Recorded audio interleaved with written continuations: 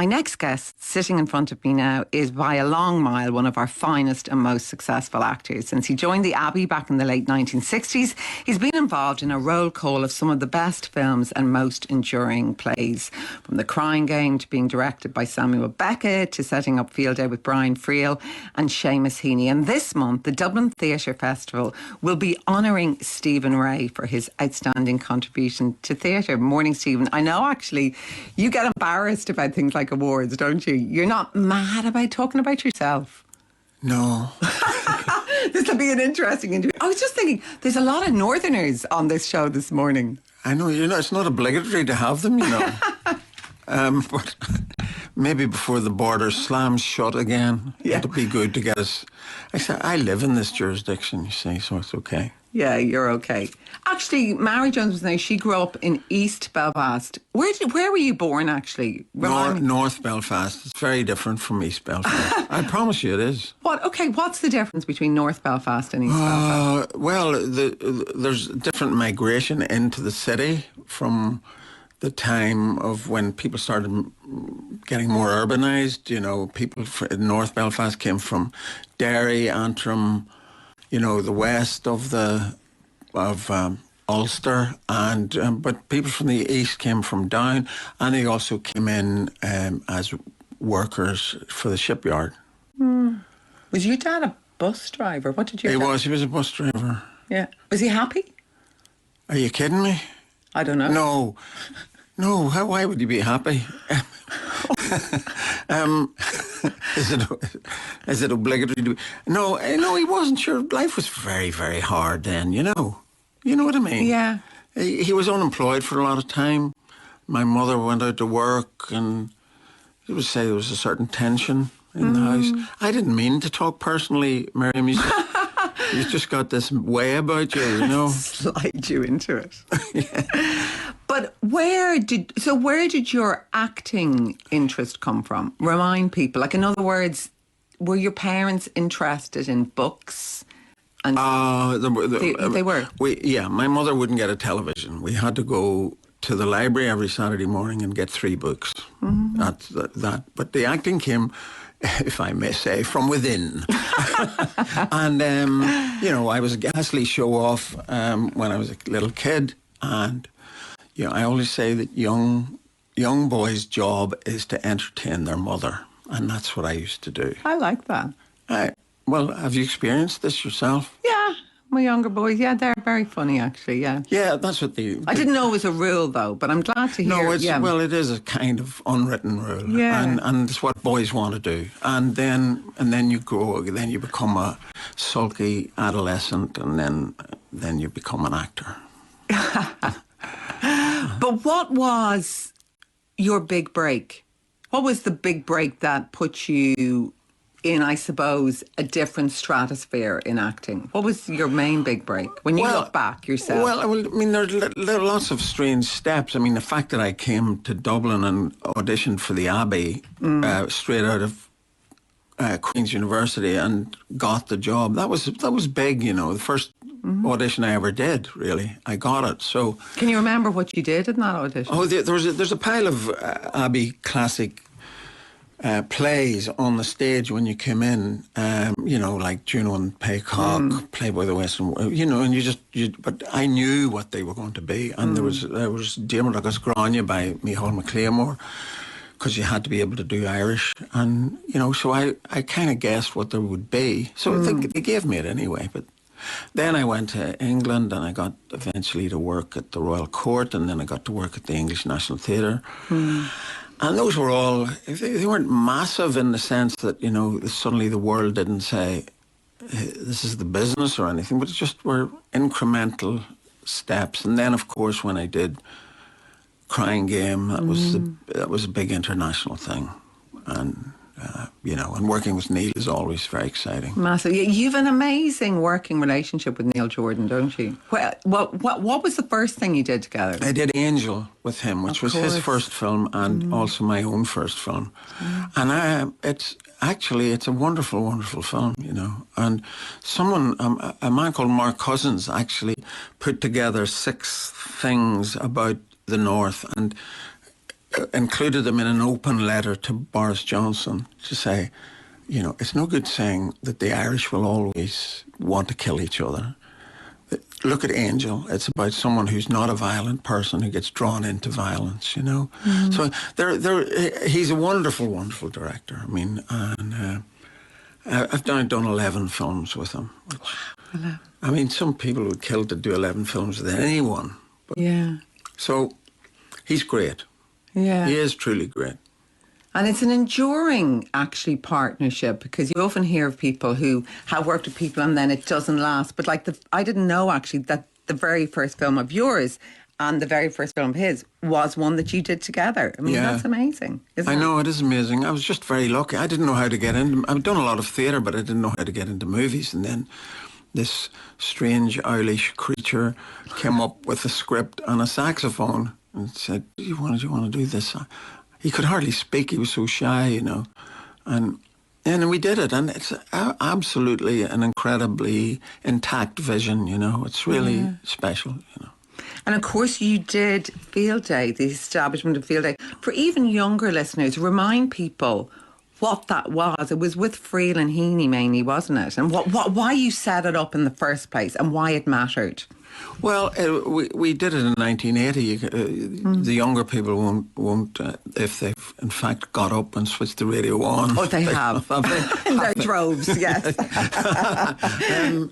You know, 1980 was the year of hunger strikes and a lot of bombs and a lot of sectarian killings and things. And it wasn't that we were just so kind of high-minded that we thought, oh, let's do a play and that'll stop everybody. It was just, you know, it has proved to me that art is important, you know. So I went to Friel and said, what about a play that we could tour and put on? And he said, okay. And he was writing Translations at the time, which is one of the great modern classics of Irish theatre. And we opened that in Derry and toured it around. And it did have a major impact, you know, because Friel, I said to Friel, what's this about? He says, language. It's all about language. I said, the play or translations or theatre? He says, no, everything is about language. So this is quite a different approach, you know. This is, you know, it was quite exciting. Yeah. I hate to mention the B word, but Brexit. But as an artist, I suppose, from the north and living here, who set up something like Field Day, are you worried about what it might do to the creative part of Northern Ireland or to any part of this island? Do you think there are serious implications? Well, it's always been a struggle for people here. You know, let's be honest, you know. The independence hasn't been that long, you know, and certainly the British are so careless of anything that happens to people on this island. And, you know, and they're willing to do anything to secure the votes of the DUP, who, let's face it, are not the most forward-looking people around. And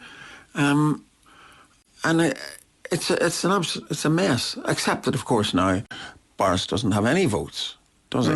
No. I mean, it's just unbelievable, isn't it?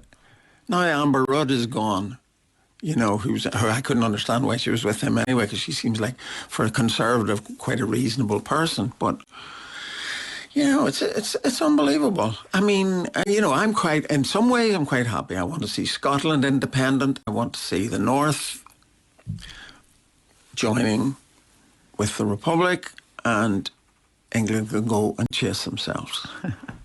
If it was prime time, I'd pursue it with you, but I'm not going to pursue it. No, definitely not. We mentioned Field Day, and actually I asked you today to select a poem of Heaney's, who obviously you adored, the country adores, and you picked, tell me about the poem you picked, and you're going to read it, of Heaney. Well, I've never read it before, but there's a few lines in the middle of it with, I mean, you can't explain poems, you know. That's why it's a poem, you know. So let's just try and read it. Excuses to Seamus for... it's called Anything Can Happen. It's from District and Circle, that collection. Anything can happen. You know how Jupiter will mostly wait for clouds to gather head before he hurls the lightning? Well, just now, he galloped his thunder cart and his horses across a clear blue sky. It shook the earth and the clogged under-earth, the river Styx, the winding streams, the Atlantic shore itself. Anything can happen. The tallest towers be overturned, those in high places daunted, those overlooked regarded. Stropped beak fortune swoops, making the air gasp, tearing the crest off one, setting it down bleeding on the next. Ground gives. The heavens' weight lifts up off Atlas like a kettle lid. Capstones shift. Nothing resettles right. Telluric ash and fire spores boil away. It's a beautiful poem. It's beautifully read by you. And you haven't read it before, as you said, publicly now. No, but it was just a thing about those overlooked, regarded, and I just wanted to say, because of direct provision, which I sort of try and help out with. We're publishing a book. A brilliant young poet, Jessica Traynor, has collected an anthology of poems by people in direct provision and Irish poets, and it's going to be released at the Dublin Book Festival in November. And it's just, it's a very bad thing, this direct provision, to put families in this situation.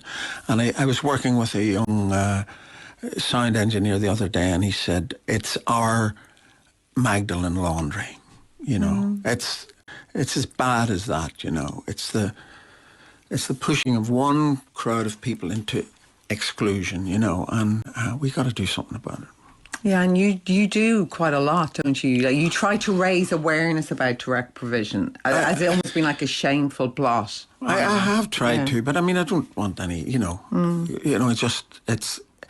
doesn't make me feel good. That I'm living in a place where there are people that are being treated this badly, One of our texters says, the word legend is overused, Miriam, but Stephen Ray definitely is one. I can see you squirming. Such an amazing actor and gentleman. I had the pleasure of meeting him. He's pulling his cardigan over his face. I'm telling my listeners this now.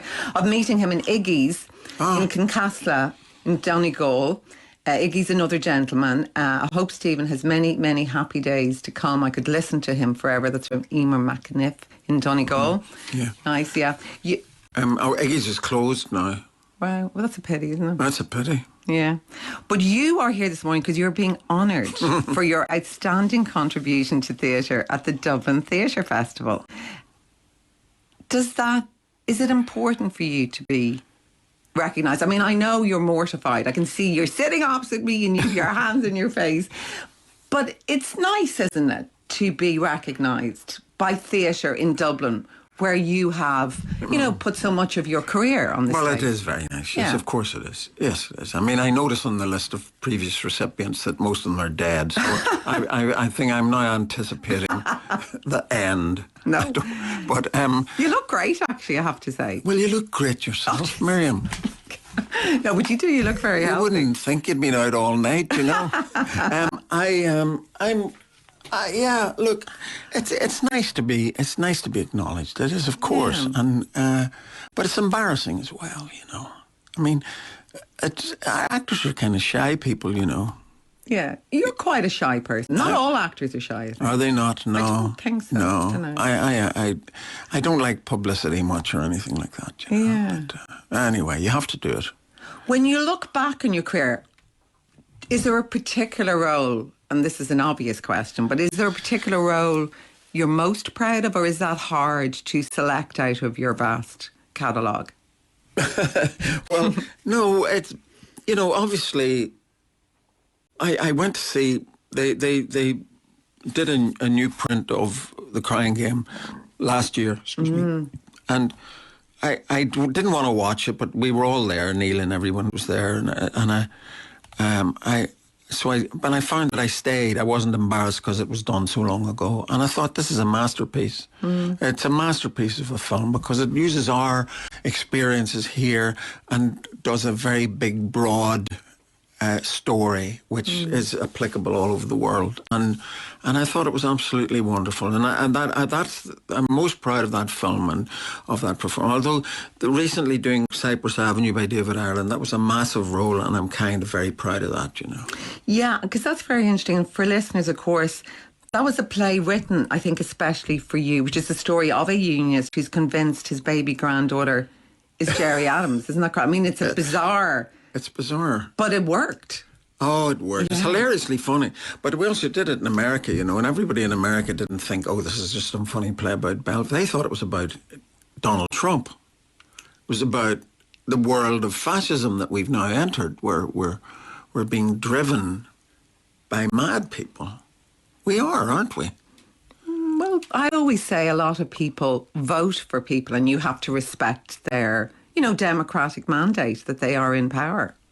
Well, yeah, but there's a lot of people didn't vote for Trump. And then when you think about Brexit, really you can't say that 52% is a great vote, because that meant that 48% didn't. So they're not represented at all in that, So that's why if there were a second referendum and we had an open border once more, everything would be much better. Everybody would start to behave well again, wouldn't they? Maybe.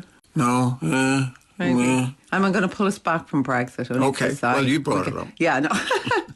What did you like being in Hollywood? Harvey Weinstein produced, didn't he, exec some of the movies you did? Yeah, I worked with him a few times. Yeah. He did. The Crying Game was Miramax's first huge success. He wasn't part of the pre-production on he bought the finished article and then sold it. Well, that's all. Let's hope those days are gone. How did you find him to work with? Well, look, Harvey was tough as boots, but I'm not a girl. You may have noticed, and I didn't have to suffer those things, and didn't. I was aware of one particular case. I had I don't want everybody screaming. I've had dinner with him, and he's a nice, warm Jewish man. Yeah, all he can do is forget the business, just get in touch with that warm Jewish man that's in there somewhere, and go and walk on a mountain for a few, and make amends. Make amends. Yeah. Did you like Hollywood? Did you like the glamour of working in Hollywood or not? No, I don't like the glamour. No, the glamour's all manufactured anyway, Miriam, isn't it? It's not. It's not real. Making films is not glamorous. It's tough, hard work. You're out all hours and all weathers, and and sometimes you're with people who don't know what they're doing and everything. It's not. And in Hollywood, you've got over influential producers who aren't really interested in film, are interested in money, and I wouldn't be comfortable in that. I much prefer doing movies with Neil, because I can talk to him. And Black 47 was an important movie for here, if somebody comes up to you in a supermarket and says that film should be seen in all the schools, and you know that it's doing some good, that history's being imparted. Do you enjoy acting more now than you did at the beginning of your career? Are you less worried about how something goes? When you start off your career, obviously you want everything to be superb and you worry about your future career. Now that you've been so successful, does it mean that you enjoy acting more, or you still worry about it? Oh, worry is the basis of it all, isn't it? Because you're dealing with the unknown. It doesn't matter. And the thing is that the older you get or the more experienced you get, the unknown is a greater thing, because you are pushing for things that when you're younger, you get away with a lot of things just on energy, just on pure energy and love, and I'm being paid to show off and everything. And then you get more serious about it, and you realise that it's a very, very serious job. And it is, no, it's... Do you enjoy it? You know what Pat Jennings said about playing football? Do you know who Pat Jennings was? He was a goalkeeper. Of course I do, yeah. Yeah, played for Arsenal. Yeah. He said, someone said, what do you like most about football? He said, I like it when it's over and we got the right result. Well, yeah. Well, he's a very sober South Down man, you know. But I He's kind great, of... Pat Jennings. Yeah, I kind of agree with that, you know. You've got a moment's relief at the end of the day when you've done the show. I think filming is easier. Is it than stage? I was going to ask you that. No, I think it is. Why?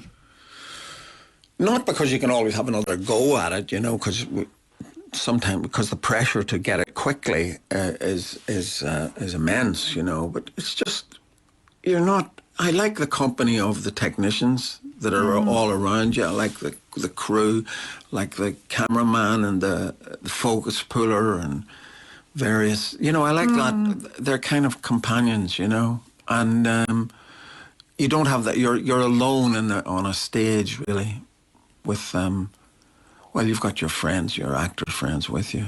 And... it's like you're very exposed, is it, on a stage? You're completely exposed. It's great. It's a great communication, especially if you're trying to do something important, like, say, Field Day was, you know. And the reason I knew... Our second year in Field Day, when Brian Friel did a production, did a version of Three Sisters, and we'd had such a success in the first year, and on the opening night of the Three Sisters in the Guildhall, the British Army flew a helicopter over the Guildhall and drowned out the sound of the play. So I then just realised that art is important. That's interesting. Because the military don't want you to hear it. And do you ever get nervous on stage? I get nervous before I go on, of course, very. And then as soon as I start, I'm okay. I've got a few jobs to do, you know, and I just do them. Do you have any rituals? I've interviewed some actors, some eat something, some people don't eat. Do you have any rituals before you go on stage? Well, I would make sure I've done my eating and digesting by 3 o'clock in the day, you know. Okay. Because I just, you know, and I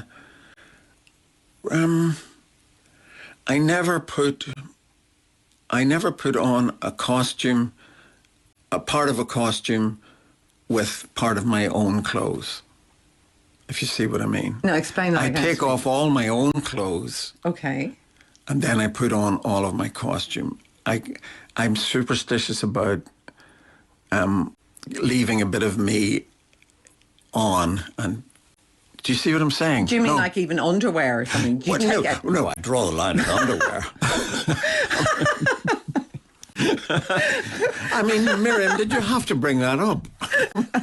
But in other words, you're worried if you have any bit of your own clothes on. Yeah, if I've got my own shirt on and then I put the trousers of the character on, it's just completely wrong. Feels wrong. That's interesting. So you are a bit superstitious. I am very superstitious. You're not at all religious, are you? Spiritual? Or are you? You look at me Which like question are you asking? No, I'm interested. I don't know what to do anymore about that. You know, Yeah. I think I'm spiritual, and you know, I light candles and. Oh, so do I. Do you? Yeah. Yeah. Why do we do that? I don't know. I do light candles for my sons, and and then I knew this lady in London who I've got a flat in London, and she cleaned the flat, and then she disappeared, and I couldn't get in touch with her, and I thought she was dead, and I lit a candle for her, and it turns out she was in South Africa, and she came back. That candle lighting works. You know, I know it's terrible, but I was just very upset, you know, and I did. Yeah. What else can you do? I couldn't. She didn't answer her phone. Anyway, there you are. That's just. Do you think we go anywhere after we die? Do you think anything happens, or we just could put that's it? It's very hard when you see programs about the moon and the. Do you know that brilliant young guy Brian Cox doing things about the universe it's very hard to imagine. I mean, the previous notions of what happens to us, they've been pretty basic, haven't they? You know what I mean? I mean, I've got a sister who's a mad spiritualist, you know, and she, you know, when my mother died, because my father and mother didn't have a great marriage, and when my mother died, because my father had died a long time before, and she phoned me and says, "It's okay. They've met. It went very well." You know. Meaning your parents? My parents had met in the afterlife, and she made it sound like they'd been in a waiting room in some foyer of a clinic or something, you know.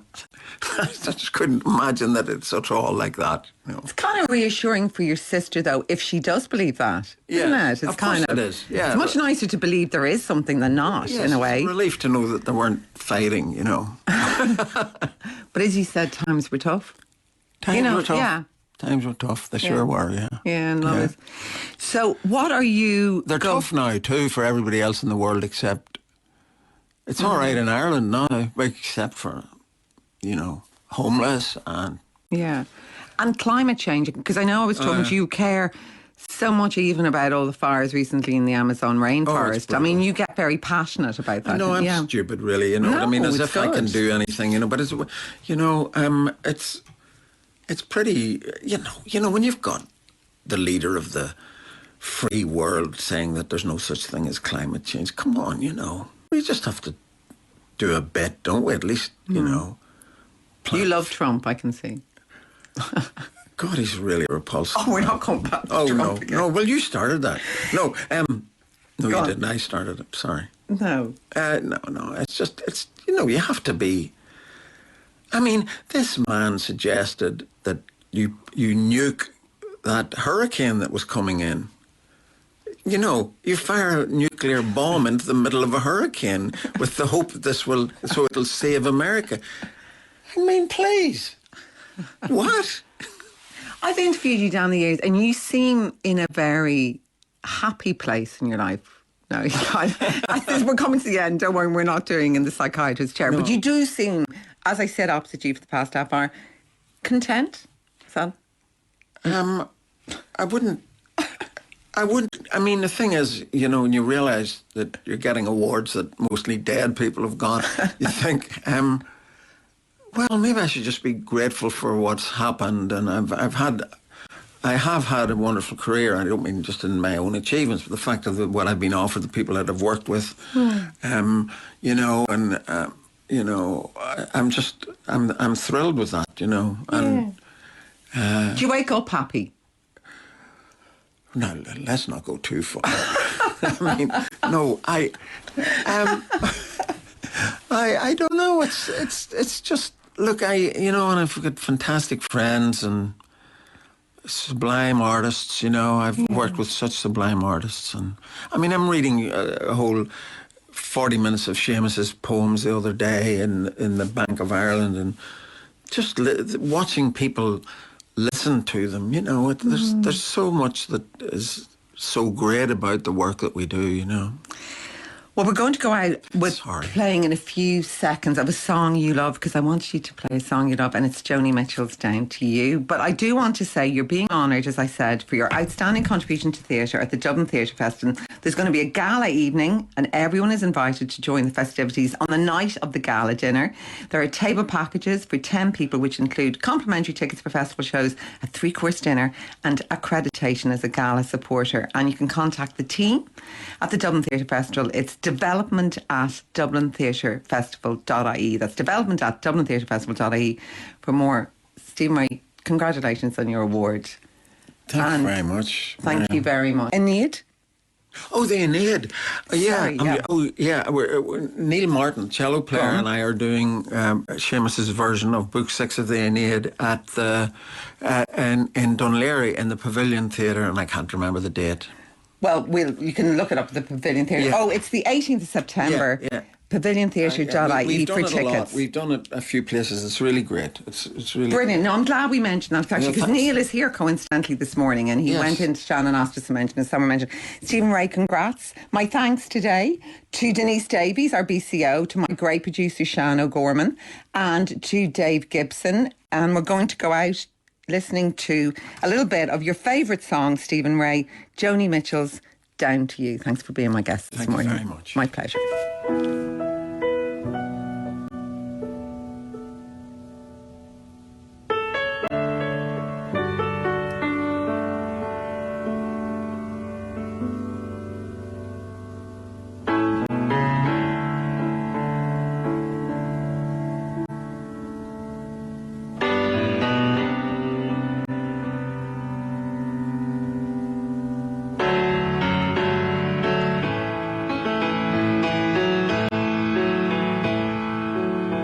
Everything comes and goes, marked by love.